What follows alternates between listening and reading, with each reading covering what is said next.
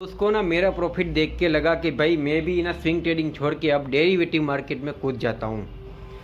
Swing trading और derivative market में कोई ज़्यादा भेदभाव नहीं होता है। बस स्विंग ट्रेडिंग में होता ये है कि आज लगा दो और आपके पास बिल्कुल टाइम ही टाइम पड़ा है। आप महीना, 2 महीना, 5 महीना जब भी आपका प्रॉफिट आता है तब आप बेच सकते हो।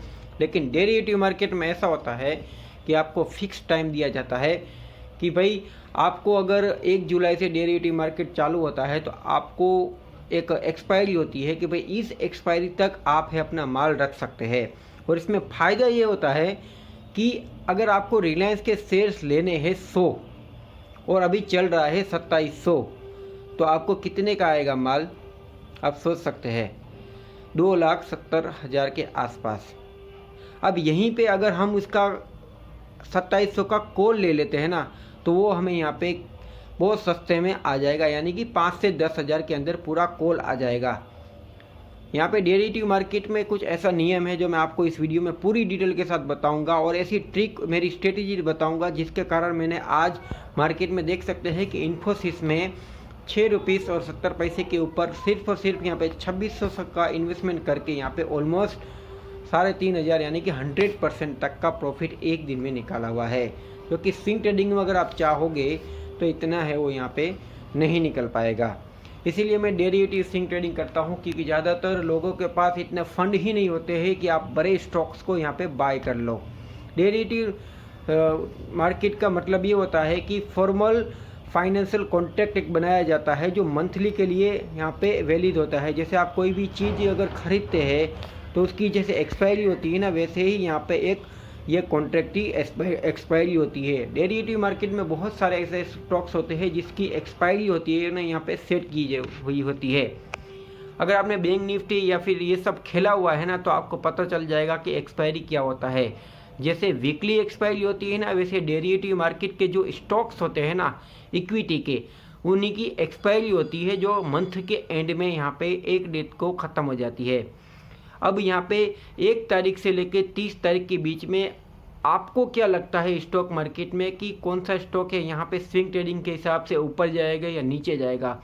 आपको लगता है कि रिलायंस है वो कल के दिन में ब्रेकआउट दिया हुआ है, तो आने वाले कुछ दिनों के अंदर, यानी कि एक्सपायरी है, अभी की बात करें तो 24-25 तारीख के पास एक एक्सपायरी है इनकी, रिलायंस की भी साथ में एक्सपायरी होगी, डेरिवेटिव मार्केट में है वो भी है। तो यहाँ पे 25 तारीख से पहले अगर 3,000 रुपया भाव आ जाता है, या फिर अभी जो चल रहा है 2745 के आसपास, वहाँ से अगर ऊपर जाता है, तो मेरा जो डेरिवेटिव मार्केट का जो मैंने कॉल लिया हुआ है ना, उसका प्राइस है वो काफ़ी अच्छी तरीके से पे बढ़ेगा। अगर मेरा जो भाव नहीं आया तो मेरा भाव का जो भी प्रीमियम जो मैंने पे किया हुआ था वो ऑलमोस्ट 0 हो जाएगा। ऑलमोस्ट बैंक निफ्टी की तरह ही यहाँ पे कॉल ये पुट होता है, बस इसमें डिफरेंट ये होता है कि यहाँ पे वीकली की जगह मंथली में एक्सपायरी की जाती है।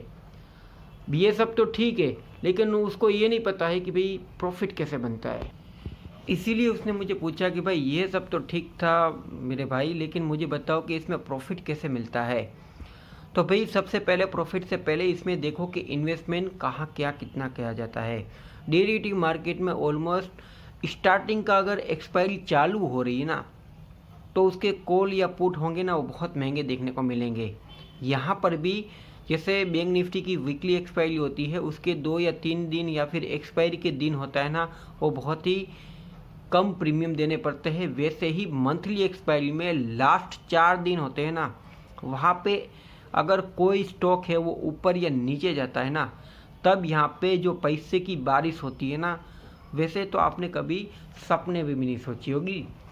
यहाँ पे 10 टाइम से लेके 100 टाइम तक के भी यहाँ पे रुपए बनते हैं ऑप्शन ट्रेडिंग के, ये जो बोल जाता है डेरिवेटिव स्विंग ट्रेडिंग के अंदर। तो मैं आज के इस वीडियो में मैं आपको बताने वाला हूँ कि कब करनी चाहिए ऑप्शन ट्रेडिंग, जिससे कि काफ़ी अच्छी तरीके से प्रॉफिट मिले, प्लस आपको अगर पूरे महीने भी अगर करनी है तो क्या करना पड़ेगा। तो मैं सबसे पहले तो आपको एक सिंपल सा मेथड बता दूंगा। तो भाई लास्ट 4 दिन के अंदर अगर कोई स्टॉक्स है ना वो 52 वीक्स हाई के ऊपर होता है ना, तो वो स्टॉक्स के अंदर है ना यहाँ पे डेरिवेटिव मार्केट में आप ट्रेड ले सकते हैं। आपको सबसे पहले तो चार्ट पैटर्न आना चाहिए स्टॉक्स के ऊपर। अगर चार्ट पैटर्न देखना नहीं आता है ना, तो डेरिवेटिव मार्केट में आप सिर्फ और सिर्फ 1% प्रॉफिट कमा पाओगे।